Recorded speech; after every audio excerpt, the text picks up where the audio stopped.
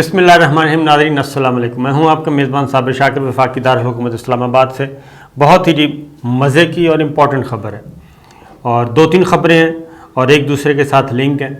اور ہمارا پڑوسی، ہمارا دشمن ملک بہت زیادہ تل ملا رہا تھا اور دوحہ میں بھی منت ترلے پروگرام چل رہے تھے، ڈائریکٹ بھی اور انڈائریکٹ بھی، اور ادھر کابل میں بھی کوشش کی جا رہی تھی. پھر کچھ دوست ممالک کو درمیان میں استعمال کیا جا رہا تھا کہ وہ ان کی کوئی ہیلپ آؤٹ کریں اور کسی بھی طریقے سے افغان طالبان کے ساتھ ہمارا رابطہ ہو جائے، افغان طالبان کی قیادت کے ساتھ، سیاسی قیادت کے ساتھ ہمارا رابطہ ہو جائے. یہ ہمارے دشمن ملک کا پلان بڑی تگودو کی. اب سمجھ آتی ہے کہ یہ سارا کچھ کیوں ہو رہا تھا. بہت اچھی، بہت بڑی خبر ہے اور اس نے سارے کا سارا بھانڈا ہی پھوڑ دیا.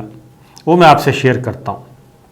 اور افغانستان سے آئی ہے، بہت ہی تصویر کے ساتھ آئی ہے اور اب سمجھ آ رہی ہے کہ کتنے بڑے مسائل کا سامنا تھا اور کیوں اتنا پیٹ میں درد اٹھ رہا تھا، مروڑ اٹھ رہے تھے. یہ میں آپ سے شیئر کر لیتا ہوں جی. اس سے پہلے ایک اور ٹیکہ لگایا گیا ہے اور وہ بھی ہمارے ہاتھ کافی اچھی چیز لگ گئی. ایک دھماکہ ہوا تھا جوہر ٹاؤن میں، لاہور میں، اور کار بم دھماکہ. تو اس میں اتفاق کی بات ہے کہ ہمارے انٹیلیجنس ایجنسیز، انویسٹیگیشن ایجنسیز نے بہت ہی محنت کے بعد تمام تر شواہد اکٹھے کر لیے اور جو پیٹر پال کو گرفتار کیا گیا تھا اس پیٹر پال کے ارد گرد کئی اور گرفتاریاں ہوئیں. اور نہ صرف گرفتاریاں ہوئیں بلکہ ایسے گرفتاریاں ہوئیں کہ ان کی کنورسیشن، ٹیلی فونک کنورسیشن بھی مل گئی، وہ بھی ریکارڈ ہو گئی. اور یہ سارے کا سارا تانا بانا ہماری دشمن ملک کی خفیہ ایجنسی اور خفیہ ایجنسی کے ساتھ ساتھ انہی کی سرزمین استعمال ہوئی. اور ہمارا دشمن ملک جو ہے وہ آپ کو معلوم ہے کہ کیا کیا بہانے کرتا ہے اور کس طریقے سے، اور اتنی گندی پلاننگ کی کہ ہر چیز جو ہے وہ پکڑی گئی. یہاں تک کہ ہمارے وزیر اطلاعات Fawad Chaudhry, national security adviser doctor Moeed Yusuf اور آئی جی پنجاب انعام غنی، تینوں نے مشترکہ پریس کانفرنس کی. لیکن ان میں سب سے امپورٹنٹ جو تھے جی وہ تھے ڈاکٹر معیز یوسف، اور نیشنل سیکورٹی ایڈوائزر ہیں، اور انہوں نے انگلش اور اردو دونوں زبانوں میں ان ڈیٹیل میسیج دیا ہے پوری دنیا کو اور ساتھ دلی سرکار کو بھی کہ جناب آپ کے سارے مرغے جو ہیں وہ پکڑے گئے ہیں اور وہ پکڑے بھی گئے ہیں. ساتھ جو پیسہ استعمال کیا گیا، منی ٹریل پکڑی گئی، ٹیلی فون کنورسیشن پکڑی گئی، اور گاڑی کی تیاری سے لے کے خریداری سے لے کے ساری چیزیں پکڑی گئیں. اور اس میں ڈسکلوز کر دیا گیا 3-4 کریکٹر ہڈن رکھے گئے ہیں. پھر ایک تیسرا، وہ بھی تیسرا ملک، اس دوست ملک کو بھی، جو کہ اس کا کلیم ہے کہ وہ بھی ہمارا دوست ہے، اس دوست ملک کو بھی میسیج دیا گیا ہے کافی سخت قسم کا ڈپلومیٹک چینلز کے ذریعے کہ آپ کی سرزمین بھی پاکستان کے خلاف استعمال ہوئی دہشت گردی میں، اور پاکستان کے خلاف دہشت گردی میں تیسرے ملک کی سرزمین بھی استعمال ہوئی. اور یہ سارا کے سارا تانا بانا بتا دیا گیا ہے. تمام لوگ گرفتار ہو گئے ہیں، منی ٹریل پکڑی گئی، بینکوں کے سے رقوم، کتنے درہم، کتنے ریال، جو بھی تھا وہ سارا پکڑا گیا ہے. غیر ملکی کرنسی کا نام بھی واضح طور پہ آ گیا ہے. تو یہ ساری چیزیں جناب ہمارے سامنے آ گئی ہیں. ریال کا ورڈ اس میں یوز نہیں ہوا، ذرا کلیئر کر لیں. درہم کا ورڈ یوز ہو رہا ہے. یہ سارا کچھ ہو گیا ہے. اب دوسری افتاد آن پڑی، وہ ذرا سنیے. وہ ہے جناب افغانستان سے. افغانستان میں یہ دلی سرکار کیا کر رہی تھی اور بھارت کی خفیہ ایجنسی کیا کر رہی تھی، ان کے کتنے لوگ تھے اور کہاں مقیم تھے، یہ ذرا آ گئی ہے جی خبر. اور یہ سب کے سب ان کا ہیڈ کوارٹر تھا جی بگرام ایئر بیس. اب بگرام ایئر بیس پہ کیونکہ بہت زیادہ کوشش کی جا رہی تھی، اور بگرام ایئر بیس کیا تھا؟ بگرام ایئر بیس تھا منی پینٹاگون تھا، وہ ہیڈ کوارٹر تھا. اور وہاں سے سب کچھ، پوری جنگ جو ہے وہاں پہ پلان کی جاتی تھی، وہیں سے شروع ہوتی تھی، وہیں سے پلاننگ، وہیں سے ایگزیکیوشن، سب کچھ وہیں پہ ایگزیکیوٹ ہو رہا تھا، اور ہر چیز انٹیلیجنس کا سب سے بڑا نیٹ ورک بھی ادھر تھا۔ تو بگرام ایئر بیس پہ طالبان نے کیا حملہ، بگرام ایئر بیس خالی کر دی، وہ افغان فورسز کے حوالے کر دیا گیا جی۔ امریکن سب کے سب نکل چکے، بھاری بھرکم ہتھیار وہاں سے لے جا چکے، باقی تباہ کر دیا گیا، وہاں پہ اسکریپ کے ڈھیر لگے ہوئے ٹنوں کے حساب سے وہاں پہ پڑا ہے۔ تو ان کے جاتے ہی 24 گھنٹے کے اندر اندر بگرام ایئر بیس پہ طالبان نے حملہ کیا، اور افغان طالبان نے، اور حملے میں ابھی تک وہاں پہ اس وقت تک کشیدگی جاری ہے اور مقابلہ ہو رہا ہے۔ اس سے پہلے کیا ہوا؟ اس سے پہلے C-17 جہاز جاتے ہیں، اور یہ کارگو جہاز ہیں، یعنی آپ اس سے اندازہ کریں کہ کتنی جلدی تھی۔ C-17 جہاز جاتے ہیں انڈیا سے، اور لمبی پرواز، اور 3 پروازیں ہوئیں، اور 3 پروازوں کے ذریعے وہاں سے ہماری دلی سرکار کے جتنے بھی وہاں پہ مہمان موجود تھے، سب کے سب پلانر، ٹرینر، انویسٹر، سب کے سب وہاں سے جناب وہ نکلے ہیں دم دبا کے، اور آنن فانن نکلے ہیں، کیونکہ وہ بلکہ کہنا یہ چاہیے کہ انہوں نے اپنے واشنگٹن کے دوستوں سے کہا کہ پہلے ہمیں نکالیں پھر آپ جائیں۔ میرا خیال ہے دونوں کو جلدی تھی، اور دونوں نے ایک دوسرے سے بڑھ چڑھ کر حصہ لیا وہاں سے نکلنے میں۔ تو 3 C-17 جہاز جو ہیں 3 پروازیں ہوئی ہیں، اور لمبا روٹ بھی ہم آپ کو دکھا دیں گے، وہ دیکھ لینا کہ کس روٹ سے، کیونکہ پاکستان سے تو اجازت نہیں ہے، اور پاکستان نے نہ ہی اجازت دینی تھی اس طرح کے جہازوں کی۔ تو وہ لمبا روٹ نکلا ہے، افغانستان سے آگے گئے ہیں وہ مسکت والا سی اور عربین سی جسے کہتے ہیں، وہاں سے پہنچے ہیں جی وہ دلی، ایک لمبا چکر کاٹ کے۔ تو یہ ہے سچویشن، اور اب وہاں پہ دلی سرکار کا کوئی بھی نمائندہ نہیں ہے۔ ایون میرا خیال ہے کہ انڈر کور تو کچھ نہ کچھ لوکل ان کو استعمال کریں گے، آپریٹرز کے طور پہ وہ استعمال کریں گے، لیکن وہاں پہ سب جا چکے ہیں۔ اور اس کا یہ خبر بھی آ گئی، اور اس خبر میں واضح طور پہ کابل سے ہی یہ خبر چھپی ہے جی، اور کابل نے یہ بتا بھی دیا، کچھ تصویریں بھی جاری ہو گئیں، تو لہٰذا اجیت ڈوبھل کا پلان سارے کا سارا دھرے کا دھرا رہ گیا۔ اور اب ہمیں سمجھ آئی کہ کل دلی سرکار جو ہے وہ اتنی دفتر خارجہ، انڈیا کا دفتر خارجہ جو ہے وہ کیوں اتنا اگریسیولی کہہ رہا تھا کہ ہم بالکل جی لعنت بھیجتے ہیں، ہم یہ کرتے ہیں، افغان طالبان کے ساتھ کوئی گفتگو نہیں، یہ بیس لیس خبریں ہیں۔ نہیں جناب، بیس لیس نہیں تھیں، اس سے پہلے جتنا بھی گوٹے گڈے پکڑنے تھے پکڑ لیے، اور معاملات نہیں بنے۔ اور اب سمجھ آئیے کہ جب وہاں سے سارے اپنے بندے نکال لیے، اربوں ڈالر کی انویسٹمنٹ بھی گئی، انٹیلیجنس نیٹ ورک بھی گیا، تو اب یہاں سے آپ اندازہ کریں کہ واشنگٹن اور دلی کا کتنا آپس میں کلوز ریلیشن تھا، اور کلوز تعاون تھا، کوآپریشن، پلاننگ، اسٹریٹجی افغانستان میں، اور دونوں ایک دوسرے کے لیے بچ کے جا رہے تھے۔ تو ادھر ہمیں کچھ اور کہا جائے، پھر اب ذرا تھوڑے سے ان ساری چیزوں کا ملا لیں کہ بگرام ایئر بیس وہاں پہ دونوں اکٹھے، دونوں کا انخلا، اور جیسے گئے، اور اس کے بعد پھر آپ فیٹف میں ان دونوں کا گٹھ جوڑ۔ تو پاکستان کیوں گلہ نہ کرے جی؟ پاکستانی کیوں یہ نہ سوچیں کہ امریکہ، واشنگٹن کہتا ہمیں ہیں، ہم فرنٹ لائن ہیں، اتحادی، لیکن ساز باز ساری ہمارے دشمن کے ساتھ۔